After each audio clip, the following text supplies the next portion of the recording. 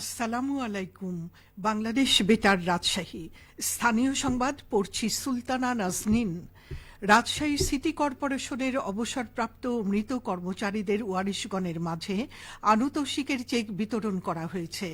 গতকাল নগর ভবনের সিটি হল সভাকক্ষে আয়োজিত অনুষ্ঠানে প্রধান অতিথি ছিলেন রাজশাহী সিটি কর্পোরেশনের প্রশাসক মোহাম্মদ মাহফুজুর রহমান রিটন। অনুষ্ঠানে রাজশাহী প্রশাসক অবসরপ্রাপ্ত মৃত কর্মচারীদের ওয়ারিশগণের মাঝে আনুতোষিকের চেক বিতরণ করেন। এ সময় রাজশাহী প্রশাসক বলেন, নাগরিক সেবার প্রতিষ্ঠান রাজশাহী সিটি কর্পোরেশন, সবাইকে নিয়ে এ নগরীর উন্নয়নে কাজ করে যেতে হবে।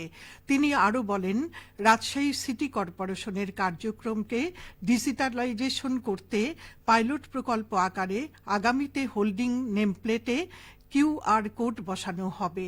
নগরীর বিভিন্ন সার্ভিস কেবলসমূহ আন্ডারগ্রাউন্ড করার পরিকল্পনা রয়েছে। রাজশাহীর গোদাগাড়ী উপজেলার ১ নম্বর গোদাগাড়ী ইউনিয়ন পরিষদ সভাকক্ষে গতকাল এক গণশুনানি অনুষ্ঠিত হয়েছে। গতকাল এই গণশুনানিতে গোদাগাড়ী ইউনিয়নভুক্ত নৃতাত্ত্বিক জনগোষ্ঠীর নেতা ও প্রতিনিধিবৃন্দ অংশগ্রহণ করেন। গণশুনানির কার্যক্রমে ছিল পাওয়ার পয়েন্টের মাধ্যমে গ্রাম আদালতের বিচারিক সেবা সম্পর্কে অবহিতকরণ, গ্রাম আদালত বিষয়ক ভিডিও প্রদর্শনী, মুক্ত আলোচনা, প্রশ্নোত্তর পর্ব ও গ্রাম আদালতের কার্যকারিতা বিষয়ক লিফলেট বিতরণ করা। গণশুনানির শুরুতে উপস্থিত সকলকে গ্রাম আদালতে বিবাদ মীমাংসার মাধ্যমে শান্তিপূর্ণ সমাজ গড়ার আহ্বান জানানো হয়। অনুষ্ঠানে গ্রাম আদালতের কাঠামো, বিচারিক প্রক্রিয়া ও পদ্ধতি, মীমাংসার ধরন, আবেদন প্রক্রিয়া বিষয়ে আলোচনা করা হয়।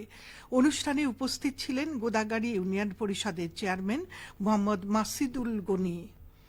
নওগাঁ জেলায় চলতি মৌসুমে ৭,৩৪৫ হেক্টর জমিতে ভুট্টার আবাদ হয়েছে। উৎপাদন লক্ষ্যমাত্রা ধরা হয়েছে ৯৬,৩০০ মেট্রিক টন।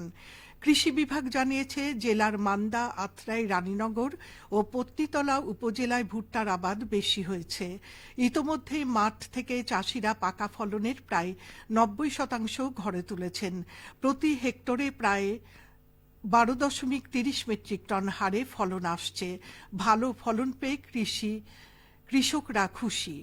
নওগাঁ জেলা কৃষি সম্প্রসারণ অধিদপ্তরের উপপরিচালক হুমায়রা মণ্ডল বলেন, চাষিরা উচ্চ ফলনশীল জাত পিওনিয়ার, বাড়ি ভুট্টা ৯, হোয়াইট গোল্ড বেশি আবাদ করেছেন।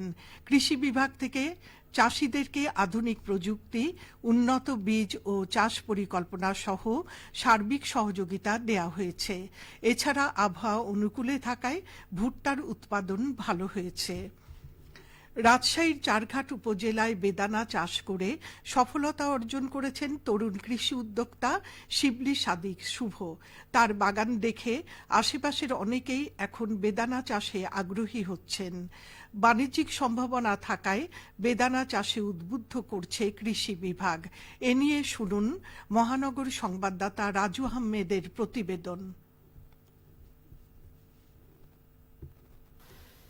চারঘাট উপজেলার তরুণ কৃষি উদ্যোক্তা শিবলি সাদিক শুভ ৩ বছর আগে ভারতে বেড়াতে গিয়ে নিয়ে আনেন সুপার ভাগুয়া জাতের একটি বেদানার চারা। সেই একটি চারা থেকে কৃষি প্রযুক্তির ব্যবহারে গড়েছেন বেদানার বাগান। এখন সেই বাগানে রয়েছে ৩০০টি বেদানার গাছ, প্রতি গাছে গড়ে ফলন হচ্ছে ১০ কেজি। ২ বিঘার উপরে করেছি আর কি। তো আলহামদুলিল্লাহ এখন আনারের যা বাজার এবং আনার প্লাস চারা দুইটা মিলেই আমি এখন লাভবান হচ্ছে। বেদানা বিক্রির পাশাপাশি চারাও বিক্রি করেন শুভ। তার দেখে অনেকেই বেদানা চাষে আগ্রহী হয়ে উঠেছে। বিভিন্ন জায়গা থেকে মানুষজন আসছে। এটা এখন একটা পরিপূর্ণ বাগান। এই বাগান যদি করা হয় তাহলে নিঃসন্দেহে কৃষকরা লাভবান হবে। আমি মনে করছি আমি নিজেও এই ধরনের একটা বাগান করব। বাণিজ্যিক সম্ভাবনা থাকায় বেদানা চাষে উদ্বুদ্ধ করা হচ্ছে বলে জানান চারঘাট উপজেলা কৃষি কর্মকর্তা মোহাম্মদ আল মামুন হাসান।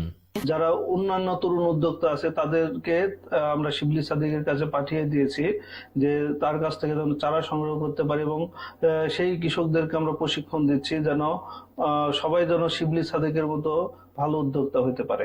রাজশাহী জেলায় ৬০ হেক্টর জমিতে বেদানা চাষ হচ্ছে। এই ফলের আবাদ বৃদ্ধি পেলে আমদানি নির্ভরতা কমবে বলে মত সংশ্লিষ্টদের। রাজু আহমেদ, বাংলাদেশ বেতার, রাজশাহী। সবশেষে আবহাওয়া। আজ দুপুর 12টায় রাজশাহীতে তাপমাত্রা ছিল 36.8 ডিগ্রি সেলসিয়াস। এ সময় বাতাসে আপেক্ষিক আর্দ্রতার পরিমাণ 59%। রাজশাহী ও পার্শ্ববর্তী এলাকায় আজ সূর্যাস্ত সন্ধে 6টায় 51 মিনিটে। সংবাদ শেষ হলো। আমাদের পরবর্তী সংবাদ দুপুর 2টা 5 মিনিটে।